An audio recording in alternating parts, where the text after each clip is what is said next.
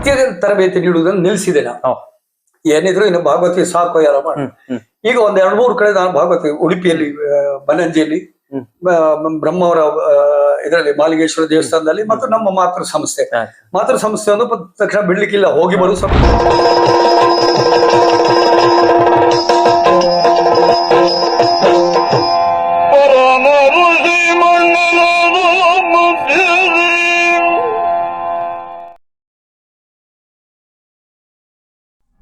ಹಾಗಾಗಿ ನಾನು ಮುಂಚಿದ್ದು ಒಂಥರ ಫ್ರೀ ಅಲ್ಲಿ ಇಲ್ಲಿ ಗಾಳಿ ಹಾಕೊಂಡು ತಿರುಗಿ ಇದಾಯ್ತು. ನನಗೆ ಒಳ್ಳೆ ಇದು ಒದಗುವವರಿಗೆ ಹಾಸಿಗೆ ಕೊಟ್ಟಾಗ. ಹೌದು, ಇವ್ರು ಬಂದತೆ ಹೇಗೋ ಇದು ಮಾಡ್ತಾರೆ ಪೂರ್ತಿ ಅವಳಿಗೆ ಜವಾಬ್ದಾರಿ ತಗೊಳ್ತಾರೆ. ಜವಾಬ್ದಾರಿ ಇದೆ. ಹೌದು, ಎಲ್ಲ ಅದನ್ನ ನಾವು ಇದನ್ನ ಹೇಳ್ಬಾರ್ದು ಅಷ್ಟು. ನಿಜಕ್ಕೂ ಪ್ರಾಯಶಃ ನನ್ನ ಪಾಲಿನ ಅದೃಷ್ಟ ದೇವತೆಯಾಗಿ ಅವಳು ನಮ್ಮ ಬಂದಿದ್ದಾಳೆ. ಈಗಲೂ ಕೂಡ ಹಾಗೆ, ನನಗೇನು ಇದಿಲ್ಲ. ನಾನು ಎಷ್ಟೋ ಹೊತ್ತಿಗೆ ಹೋಗ್ತೇನೆ, ಏನಾದ್ರು ಇದು ಮಾಡ್ತೇನೆ, ಎಲ್ಲೆಲ್ಲೋ ಬರ್ತೇನೆ. ನಾವು ಹೋಗುವಾಗ ಒಂದು ಕೇಳ್ತಾಳೆ, ಬರೋದಕ್ಕೆ ಮಧ್ಯಾಹ್ನ ಊಟಕ್ಕೆ ಬರ್ತೀರಾ ಇಲ್ವಾ, ಅಥವಾ ಎಷ್ಟೊತ್ತಿಗೆ ಬರ್ತೀರಿ, ನಾನು ಇಂತಲ್ಲಿ ಹೋಗುದಾದ್ರೆ ಹೀಗೆ, ಇದನ್ನೆಲ್ಲ ಬೀದಿಗೆ ಹಿಡ್ಕೊಂಡಿದ್ದೀರಾ, ಇದನ್ನೆಲ್ಲ ತುಂಬಾ ಜಾಗ್ರತೆ ಉಳ್ಳ ಹೆಂಗಸು. ಹಾಗೆ ಮಕ್ಕಳನ್ನ ತಯಾರು ಮಾಡಿ. ಮಕ್ಳು ಏನ್ ಮಾಡ್ತಾರೆ? ನನ್ನ ಮಕ್ಕಳು ಶ್ರುತಿ ಅಂತ ಹಿರಿಯವಳು, ಅವಳು MSc, ಅವಳು ಬಯೋಕಾನ್ ನಲ್ಲಿ ರಿಸರ್ಚ್ ವಿಂಗ್ ಅಲ್ಲಿ ಕೆಲಸ ಮಾಡ್ತಾ ಇದ್ದಾಳೆ, ವಿಜ್ಞಾನಿ ಅವಳು. ಆಮೇಲೆ ಎರಡನೇ ಅವಳು BE, ಅವಳು ಇದರಲ್ಲಿ ಮೊದಲು ಸ್ವಲ್ಪ ವರ್ಷ ಅಮೆರಿಕದಲ್ಲಿದ್ದು, ಅವಳು ಅಮೆರಿಕದಲ್ಲಿದ್ದ, ನಾವಿಬ್ರು ಅಮೆರಿಕಕ್ಕೆ ಹೋದ್ವಿ, 1-3 ತಿಂಗಳು ಅಲ್ಲಿದ್ದು ಬಂದದ್ದು. ಆಮೇಲೆ ಈಗ ಬೆಂಗಳೂರಲ್ಲಿ ಜನರಲ್ ಅನಾಲಿಟಿಕ್ಸ್ ಅಂತ ಅದರಲ್ಲಿ ಅವಳು ಸೀನಿಯರ್ ಇಂಜಿನಿಯರ್ ಅಲ್ಲಿ ಕೆಲಸ ಮಾಡ್ತಾ ಇದ್ದಾರೆ. ಅವರೆಲ್ಲ ರ್ಯಾಂಕ್ ಹೋಲ್ಡರ್ಸ್. ಹಾಗೆ ಉದ್ಯೋಗಕ್ಕೆ ಏನೂ ತೊಂದರೆ ಆಗ್ಲಿಲ್ಲ. ಈಗ ಹೇಗೆ ಪರೀಕ್ಷೆಯಲ್ಲಿ ಅವರು ಎಲ್ಲಾ ಕಾಲೇಜು ಇದರಲ್ಲಿ ಫಸ್ಟ್ ಬಂದ್ರು ಇನ್ಸ್ಟಿಟ್ಯೂಷನ್ಗೆ, ಹಾಗೆ ಉದ್ಯೋಗದಲ್ಲೂ ಅಲ್ಲೂ ಕೂಡ ಒಳ್ಳೆ ಹೆಸರು ಮಾಡಿ ಚೆನ್ನಾಗಿ ಇಬ್ಬರಿಗೂ ಮದುವೆ ಆಗಿದೆ, ಇಬ್ಬರಿಗೂ ಒಂದೊಂದೇ ಮಕ್ಕಳು. ಅದು ಈ ಕಾಲದಲ್ಲಿ ಹಾಗೆಲ್ಲ. ಅದರಲ್ಲೂ ನಮ್ಮ ಸಮಾಜದಲ್ಲಂತೂ ಒಂದೇ, ಒಂದು ಗಂಡಾದ್ರೂ ಒಂದೇ, ಹೆಣ್ಣಾದ್ರೂ ಹೆಣ್ಣೆ, ದೊಡ್ಡವಳಿಗೆ ಒಂದು ಗಂಡು ಮಾತ್ರ, ಚಿಕ್ಕವಳಿಗೆ ಒಂದು ಹೆಣ್ಣು ಮಾತ್ರ, ಹೀಗಿದೆ. ಈ ಅವರಿಗೆ ಯಕ್ಷಗಾನ ಆಸಕ್ತಿ ಬರಲ್ಲ ಮಕ್ಕಳಿಗೆ. ಅದು ಇದೆ ಈ ಹೊಯ್ದಾಟದಲ್ಲಿ, ನಮ್ಮ ತಿರುಗಾಟ ಅದು ಇದು ಎಲ್ಲ ಇದ್ರಲ್ಲಿ ಅವರು ಮತ್ತೆ ಅವರಾಗೆ ಬರುವ ಆಸಕ್ತಿ ತೋರ್ಲಿಲ್ಲ. ತೋರ್ಸಿದ್ರೆ ನಾನು ಕಲಿಸ್ತಾ ಇದ್ದೆ. ಸಣ್ಣವಳು ವಯಲಿನ್ ಅಭ್ಯಾಸ ಮಾಡಿದಾಳೆ ಸ್ವಲ್ಪ, ಇದೆಲ್ಲ ಚೆನ್ನಾಗಿದೆ. ಲಯ ಅದು ನನ್ನಿಂದ ಬಂದು ಲಯ, ಶ್ರುತಿ, ಜ್ಞಾನ ಅದೆಲ್ಲ ಚೆನ್ನಾಗೇ ಇದೆ. ಯಾಕೋ ಅವರು ಇದು ಮಾಡ್ಲಿಲ್ಲ, ಅದ ಅಲ್ಲಿಗೆ ಬಿಟ್ರು. ಹಾಗಂತ ಬೇರೆ ಸ್ಕಿಲ್ಸ್ ಎಲ್ಲ ಇದು ಇದೆ, ಎಲ್ಲ ಚೆನ್ನಾಗಿದೆ, ಇದಿದೆ. ಅದು ಮಾಡ್ಲಿಲ್ಲ. ನಾನು ಈಗಲೂ ಕೂಡ ಹೇಳ್ತೇನೆ, ಆ ವಯಲಿನ್ ಅರ್ಧಂಬರ್ಧ ಬಿಟ್ಟಿದೆಲ್ಲ ದಿನ ಅದನ್ನ ಪೂರ್ಣ ಮಾಡಬಲ್ಲಳು ಅವಳು. ಅದನ್ನ ಹೀಗೆ ಈಗ ಹೇಳೋದಿದ್ರೆ ಅದೇ ಕ್ಲೀಶೆಯಾಗಿ ಹೇಳೋದಿದ್ರೆ ಸುಖಿ ಸಂಸಾರ ನಡೀತಾ ಇದೆ. ಮತ್ತೆ ಈಗ ನಾನು ಇದರಲ್ಲಿ ಮುಂಚೆ ಬೇರೆ ದೊಡ್ಡ ದೊಡ್ಡ ಸಂಸ್ಥೆಯಲ್ಲೆಲ್ಲ ನಾನು ನೃತ್ಯ ಹೇಳಲಿಕ್ಕೆಲ್ಲ ಹೋಗ್ತಾ ಇದ್ದೆ. ಆ ಸಂದರ್ಭದಲ್ಲಿ ನಾನೇನ್ ಮಾಡಿದ್ದೇನೆ ಅಂದ್ರೆ, ಈ ಉಡುಪಿಯಲ್ಲೂ ಕೂಡ ಯಕ್ಷಗಾನ ಕಲಾರಂಗದ ವತಿಯಿಂದ ಅಲ್ಲಲ್ಲಿ ಯಕ್ಷಗಾನ ತರಬೇತಿ ಶಾಲಾ ಮಕ್ಕಳಿಗೆ ಹೇಳಿಕೊಟ್ಟೆ. ನನ್ನನ್ನು ಆಯ್ಕೆ ಮಾಡಿದ್ರು. ಒಂದು 4-6 ಶಾಲೆಯಲ್ಲಿ ನಾನು ನೃತ್ಯ ಇದಕ್ಕೆ ಹೋಗಿ ಪ್ರಸಂಗ ಎಲ್ಲ ಅವರಿಗೆ ಟ್ರಯಲ್ ಕೊಟ್ಟು ಆಟ ಎಲ್ಲ ಮಾಡ್ಬೇಕು. ಆಗ ನಾನೇನ್ ಮಾಡಿದೆ ಅಂದ್ರೆ, ನನ್ನಲ್ಲಿ ಒಬ್ಬ ರಂಗ ನಿರ್ದೇಶಕ ಇದ್ದಾನೆ, ಬರೀ ಭಾಗವತ ಇದಲ್ಲ, ಅದನ್ನೀಗ ದುಡಿಸ್ಕೊಳ್ಲಿಕ್ಕೆ ಇದೇ ಒಂದು ಸರಿಯಾದ ಸಮಯ ಅಂತ ಏನ್ ಮಾಡಿದೆ ಅಂದ್ರೆ, ಆ ಮಕ್ಕಳ ನೆವದಿಂದ ನಾನು ಪ್ರಯೋಗಗಳನ್ನ ಮಾಡಿ ಹೊರಟೆ. ಆ ಗುಂಪಿನಿಂದ ಈಗ ನಾಟಕ ಮತ್ತಿತ್ಯಾದಿ ಬೇರೆ ಶಾಸ್ತ್ರೀಯ ಕಲೆಗಳಲ್ಲಿ ಹೇಗೆ ಅದನ್ನು ಉಪಯೋಗಿಸಿಕೊಂಡು ನಾನು ಆ ಕೊರಿಯೋಗ್ರಫಿಯನ್ನ ಅಳವಡಿಸಿದೆ. ಬೇರೆ ಬೇರೆ ಪ್ರಯೋಗಗಳನ್ನೆಲ್ಲ ಮಾಡಿದೆ. ಅದನ್ನ ಜನ ಗುರುತಿಸಿ, ಸಂಸ್ಥೆಯವರು ಹಾಗೆ ನೋಡಿ ಐತಾಳ್ರ ತರ ಕೆಲವು ಇದನ್ನೆಲ್ಲ ನೀವು ಇದ್ ಮಾಡಿ, ಆಟ ಇದ್ ಮಾಡಿ ಅಂತ ಹೇಳಿದ್ರು. ಕೆಲವು ನಮ್ಮದೇ ಆದ ಕೆಲವು ಪ್ರೇಕ್ಷಕರೆಲ್ಲ ನಮ್ಗಲ್ಲಿ ಸಿಕ್ಕಿದಾಗ, ಐತಾಳ್ರ ನಿಮ್ಮ ಆಟ ಯಾವಾಗ ಅಂತ ಕೇಳಿದ, ಇಂತ ದಿವಸ ನಮ್ಮ ಆಟಕ್ಕೆ ನೀವು ಬರ್ತೀರ.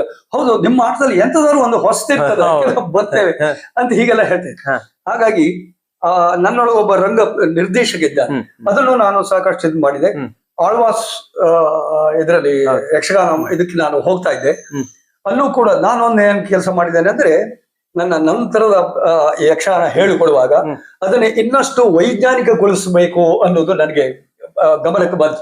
ಅದಕ್ಕೆ ಒಂದು ಅಕಾಡೆಮಿಕ್ ಡಿಸಿಪ್ಲಿನ್ ಹೇಳಿಕೊಡುವುದನ್ನ ಈಗ ಶಾಲಾ ಕಾಲೇಜಿನಲ್ಲಿ ಹೇಗೆ ಪಾಠ ಮಾಡ್ತೀರೋ ಅದೇ ರೀತಿ ಯಕ್ಷಗಾನವನ್ನು ಕೂಡ ಶಿಸ್ತಿನಿಂದ ವೈಜ್ಞಾನಿಕವಾಗಿ ಪಾಠ ಮಾಡಲು ಸಾಧ್ಯ ಅಂತ ಕಂಡುಕೊಂಡು ನಾನು ತಡ ಮಾಡಲಿಲ್ಲ. ಒಂದು ಸಿಲೆಬಸ್ ನನ್ನದೇ ಆದ ಪಾಠಕ್ರಮ ಪಠ್ಯ ಎಲ್ಲ ತಯಾರು ಮಾಡಿ ಹಾಗೆ ಪಾಠ ಮಾಡಿ ಅವರಿಗೆ ನಾನು ಪರೀಕ್ಷೆಗಳನ್ನು ಮಾಡಿದೆ. ಲಿಖಿತ ಪರೀಕ್ಷೆ ಮತ್ತು ಪ್ರಾಯೋಗಿಕ ಎರಡನ್ನೂ ಕೂಡ ಮಾಡಿದೆ. ಆನಂತರ ಈ ಹಾಗೆ ವಯಸ್ಸಾದಾಗ ನನಗೆ ಹೋಗಿ ಬರುದು ಇದೆಲ್ಲ ಸ್ವಲ್ಪ ತೊಂದರೆ ಆದ್ರಿಂದ ಒಂದು ಹಂತದಲ್ಲಿ ಅಂದ್ರೆ ಕೇವಲ ಒಂದು 2 ವರ್ಷದ ಈಚೆಗೆ ನೃತ್ಯ ತರಬೇತಿ ನೀಡುವುದನ್ನು ನಿಲ್ಲಿಸಿದೆ ನಾನು. ಏನಿದ್ರು ಇನ್ನು ಭಾಗವತಿ ಸಾಕು ಯಾರ ಮಾಡಿ. ಈಗ ಒಂದ್ 2-3 ಕಡೆ ನಾನು ಭಾಗವತಿ ಉಡುಪಿಯಲ್ಲಿ ಬನಂಜಿಯಲ್ಲಿ ಬ್ರಹ್ಮವರ ಇದರಲ್ಲಿ ಮಾಲಿಂಗೇಶ್ವರ ದೇವಸ್ಥಾನದಲ್ಲಿ ಮತ್ತು ನಮ್ಮ ಮಾತೃ ಸಂಸ್ಥೆ ಒಂದು ತಕ್ಷಣ ಬಿಡ್ಲಿಕ್ಕಿಲ್ಲ, ಹೋಗಿ ಬರೋದು ಸ್ವಲ್ಪ ತೊಂದರೆ. ಯಾಕಂದ್ರೆ ಅಲ್ಲಿ ಎಕ್ಸ್ಪ್ರೆಸ್ ಬಸ್ ಸ್ಟಾಪ್ ಇಲ್ಲ, ಇಲ್ಲೂ ಇಲ್ಲ. ಆದ್ರೂ ನಾನು ಅದಕ್ಕೆ ಹೋಗ್ತಾ ಇದ್ದೇನೆ. ಆಗ ಭಾಗವತಿಗೂ ಕೂಡ ಪರೀಕ್ಷೆ ಮಾಡ್ಬೇಕಂತ ಹೇಳಿ ನಾನು ಭಾಗವತಿಗೆ ಸಿಲೆಬಸ್ ಅನ್ನು ರೆಡಿ ಮಾಡಿ ಅವ್ರಿಗೆ ಬೇಕಾದ ಇದು ಯಾವ್ದು ಇದರನ್ನು ಕೂಡ ತಾತ್ವಿಕ ಪ್ರಯೋಗ ಎರಡೂ ಕೂಡ ಥಿಯರಿ ಪ್ರಾಕ್ಟಿಕಲ್ಸ್ ಎರಡೂ ಕೂಡ ನಾನು ಸಿಲೆಬಸ್ ಇದರಲ್ಲಿ ಯಾವುದು ಸೆಮಿಸ್ಟರ್ ಬೇಸಿಸ್ ನಲ್ಲಿ ನಾನು ಅವರಿಗೆ ಪರೀಕ್ಷೆಗಳನ್ನೆಲ್ಲ ಇದು ಮಾಡಿದ್ದೇನೆ. ಮತ್ತೆ ಯಕ್ಷಗಾನದ ಇದರಲ್ಲಿ ಯಕ್ಷಗಾನ ಸರ್ಕಾರದ ವತಿಯಿಂದಲೇ ಪಠ್ಯಪುಸ್ತಕ ಒಂದಾಗಿ ಅದರ ಸೀನಿಯರ್ ಪಠ್ಯಪುಸ್ತಕದ ಇದರಲ್ಲಿ ನಾನಿದ್ದೇನೆ, ಅದರ ಸಮಿತಿಯಲ್ಲಿ ಇದ್ದೇನೆ. ಮಾತ್ರ ಅವರ ಮಂಗಳೂರು ಯೂನಿವರ್ಸಿಟಿ ಅವರು ಈಗ ಹೊಸದಾಗಿ ಯಕ್ಷಗಾನ ಇದನ್ನ ಪರೀಕ್ಷೆ ಮಾಡ್ಬೇಕಂತ ಟೆಕ್ಸ್ಟ್ ಬುಕ್ ತಯಾರು ಮಾಡ್ತಾರೆ. ಆ ಟೆಕ್ಸ್ಟ್ ಬುಕ್ ಕಮಿಟಿಯಲ್ಲಿ ನಾನು ಇದ್ದೇನೆ, ಅಲ್ಲೂ ಕೂಡ.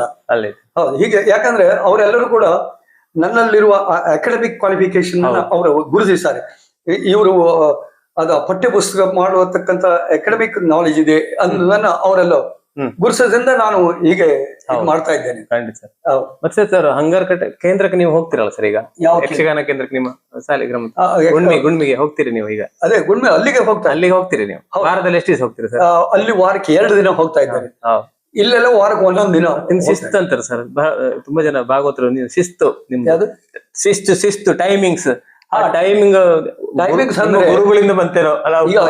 ನಾನು ಎಲ್ಲಿಂದಲೇ ಹೋಗ್ಲಿ ಎಲ್ಲಿಂದಲೇ ಬರ್ಲಿ, ಈಗ ಹಂಗಾರಗಟ್ಟೆ ಯಕ್ಷಗಾನ ಕೇಂದ್ರದಲ್ಲಿ ಮಧ್ಯಾಹ್ನ 2:15 ಕ್ಲಾಸ್ ಅಥವಾ 2:45. ನಾನು 2:25 ಅಲ್ಲಿ ಇರ್ತೇನೆ.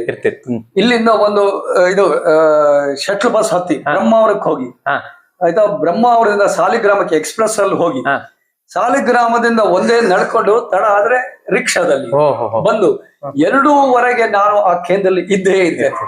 ನಾನು ಹೋಗಿ ವಿದ್ಯಾರ್ಥಿಗಳಿಗೆ ಕಾಯುದು. ನಾನು ಎಲ್ಲೇ ಹೋಗ್ಲಿ, ಈಗ ಬ್ರಹ್ಮಾವರದಲ್ಲಿ ಬೆಳಿಗ್ಗೆ ಕ್ಲಾಸ್ 9 ಗಂಟೆ ಕ್ಲಾಸ್ ಅಲ್ಲಿ ನಾನು 8:15 ದೇವಸ್ಥಾನದ ಹತ್ರ 8:45 ಇರ್ತೇನೆ. 8:15 ಬ್ರಹ್ಮನ ಬಸ್ ಸ್ಟ್ಯಾಂಡ್ ಅಲ್ಲಿ ಇರ್ತೇನೆ.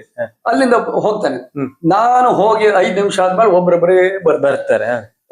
ಈ ಉಡುಪಿ ಇದ್ರಲ್ಲೂ ಹಾಗೆ ಅಲ್ಲಿ ಸಾಯಂಕಾಲ 4 ಗಂಟೆ ಕ್ಲಾಸ್ ಆದ್ರೆ 4:10 ನಿಮಿಷ ಇದ್ದಲ್ಲಿ ನಾನು ಅಲ್ಲಿ ನಡೀತೇನೆ. ಅದೇ ನಾನು ವಿದ್ಯಾರ್ಥಿ ಕಾಯ್ದೆ ಹೊರತು ವಿದ್ಯಾರ್ಥಿಗಳು ನಾನು ಎಲ್ಲೂ ಕಾಯಿಲ್ಲ. ರಾಜಶೇಖರ್ ಹೆಬ್ಬಾರು ಒಂದ್ಸತಿ ಹೇಳಿದ್ರೆ ಹಾಗೆ, ಕ್ಲಾಸಿಗೆ ಟೈಮ್ ಆಗೋದ್ರೊಳಗೆ ನೀವು ಬಂದಿದ್ರಿ, ನೀವು ಕೈ ಹಿಂದೆ ಕಟ್ಕೊಂಡು ಹಿಂದೆ ಮುಂದೆ ತಿರುಗ್ತಾ ಇದ್ರಿ, ಯಾರು ಬರ್ತಾರ ಅಂತ ಎಣಗ್ತಾ ಇದ್ದೀರಿ, ಇನ್ನು ಯಾರು ಬರ್ಲಿಲ್ಲ. ಹೀಗೆ ಪ್ರತಿ ತರಗತಿಯಲ್ಲೂ ನಾನು ಟೈಮ್ ಸೆನ್ಸ್ ನನಗದು ತುಂಬಾ ಪ್ರಧಾನ, ಅದು ಇರಲೇಬೇಕು ಅಂತ ನಾನು ಹೇಳುದು. ಅದನ್ನ ನಡ್ಸ್ಕೊಂಡು ಬಂದಿದ್ದೇನೆ. ಯಾಕೆ ಕೇಳಿದ್ರೆ ಇದೊಂದು ಕಲೆ ನೋಡುವರ ಮನಸ್ಸು ಯಾವ್ದೋ ಜಾನಪದ ಆಗಿ ಕಂಡರೂ ಕೂಡ ಇದು ನಮ್ಮ ಒಂದು ಸಂಸ್ಕೃತಿಯ ಅಂಗ. ಹಾಗಿರುವಾಗ ಅದಕ್ಕೆ ಸಲ್ಲತಕ್ಕಂತ ಗೌರವವನ್ನು ನಾವು ಕೊಡ್ಬೇಕು.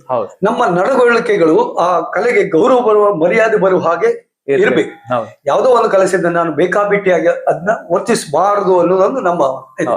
ಯಾಕಂದ್ರೆ ನಮ್ಮನ್ನ ನೋಡಿಯೇ ನಮ್ಮ ಕಿರಿಯರು ಕಲಿತಾರೆ. ಹಾಗಿರುವ ನಾವು ಇನ್ನಷ್ಟು ಎಚ್ಚರಿಕೆಯಿಂದ ಇರ್ಬೇಕು ಅನ್ನೋದು ನನ್ನ ಉದ್ದೇಶ. ಖಂಡಿತ. ಮತ್ ಸರ್, ಈ ಭಾಗವತಿಗೆ ಕಲಿಕೆ ಬಗ್ಗೆ, ಭಾಗವತಿ ಕಲಿಕೆ ಬಗ್ಗೆ ಯಾವ ರೀತಿ ತಯಾರು ಮಾಡ್ಕೊಳ್ಬೇಕು ಅನ್ನೋದು? ಈಗ ಭಾಗವತಿಗೆಯಲ್ಲಿ ನಮ್ಮ ಕಲಿಯುವ ಹಂತವಾಗಿ ಅದನ್ನ ಕಲಿಬೇಕಾಗುತ್ತೆ. ಶ್ರುತಿರ್ಮಾತ ಲಯ ಪಿತಃ ಅಂತ ಒಂದು ವಾಕ್ಯ. ಯಾರೇ ಆಗ್ಲಿ ಶ್ರುತಿ ಒಂದು ತಾಯಿಗೆ ಸಮಾನ, ಲಯ ಪಿತರಿಗೆ ಸಮಾನ. ಆದ್ರಿಂದ ವಿಶೇಷವಾಗಿ ಭಾಗವತಿ ಕಲಿಯುವವರಿಗೆ ಬೇಕಾದ ಶ್ರುತಿ ಜ್ಞಾನ ಮತ್ತು ಲಯ ಜ್ಞಾನ. ಶ್ರುತಿ ಜ್ಞಾನ ಮತ್ತು ಲಯ ಜ್ಞಾನ ಇದೆಯೇ ಇಲ್ಲೋ ಅನ್ನೋದು ಮೊದಲು ನಾವು ಅವನು ಪರೀಕ್ಷಿಸಬೇಕಾಗ್ತದೆ. ಲಯ ಬಂದಾಗ ಒಂದು ಶ್ರುತಿಯನ್ನು ಹೇಳಿ ಅದರೊಳಗೆ ಏನಾಗುತ್ತೆ, ಅದು ಶ್ರುತಿ ಜ್ಞಾನದಲ್ಲಿ ಅವನ ಕಂಠತ್ರಾಣದ ಪರೀಕ್ಷೆ. ಒಳ್ಳೆ ಕಂಠ ಇಲ್ಲದೆ ಇದ್ರೆ ಅದು ತುಂಬಾ ಒದ್ದಾಡ್ಬೇಕಾಗುತ್ತೆ. ಅದು ನನ್ನ ಸ್ವಂತ ಅನುಭವ ಕೂಡ. ಹಾಗಾಗಿ ಅದನ್ನು ಮೊದಲು ನಾವು ಖಚಿತ ಮಾಡ್ಕೊಂಡ್ವಿ. ಒಳ್ಳೆ ಶ್ರುತಿ ಒಳ್ಳೆ ಲಯ. ಶ್ರುತಿಯ ನೆಟ್ಟು ಅವನ ಹತ್ರ ಸ ಪ ಸ ಮೊದಲು ಹಾಡ್ಸು. ಶ್ರುತಿ ಜ್ಞಾನ ಸೇರಿಸಿದ ಇಲ್ವಾ, ಯಾವ್ದಾದ್ರು ವಿತಾಳದ ಹಾಡನ್ನ ಹಾಡ್ಸು. ಆಗ ನಾವು ಹೇಳಿದಂಗೆ ಆ ಅನುಕರಣ ಶಕ್ತಿ ಇರ್ಬೇಕ. ಈ ಯಕ್ಷಗಾನ ಈಗ ಶಿಕ್ಷಣ ಆಗ್ಲಿ ಪ್ರಯೋಗ ಆಗ್ಲಿ ಸಾಗಿ ಬಂದದ್ದೇ ಅನುಕರಣ ಶಕ್ತಿಯ ಮೂಲಕ. ಅರ್ಥಲ್ಲ, ಓರಲ್ ಟ್ರೆಡಿಷನ್ ಇಂದ ಬಂದಿದೆ. ಮೌಖಿಕ ಪರಂಪರೆಯಿಂದ ಬರುವಾಗ ಬರೀ ಅನುಕರಣೆ ಪ್ರಧಾನ ಆಗಿರುತ್ತೆ. ಯಕ್ಷಗಾನ ಅದಕ್ಕೂ ಹೊರತಲ್ಲ.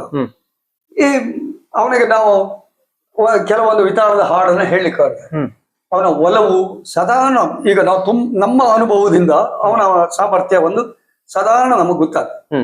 ಆಗ್ಬಹುದಂತ ಆದ್ರೆ ಆ ಲಯ ಪ್ರಜ್ಞೆ ಏನೋ ಲಯ ಪ್ರಜ್ಞೆ ಅಂದ್ರೆ ಅವನಿಗೆ ಮೊದಲೇ ತಾಳ ಕಲಿಸೋದಲ್ಲ. ಲಯ ಅಂದ್ರೆ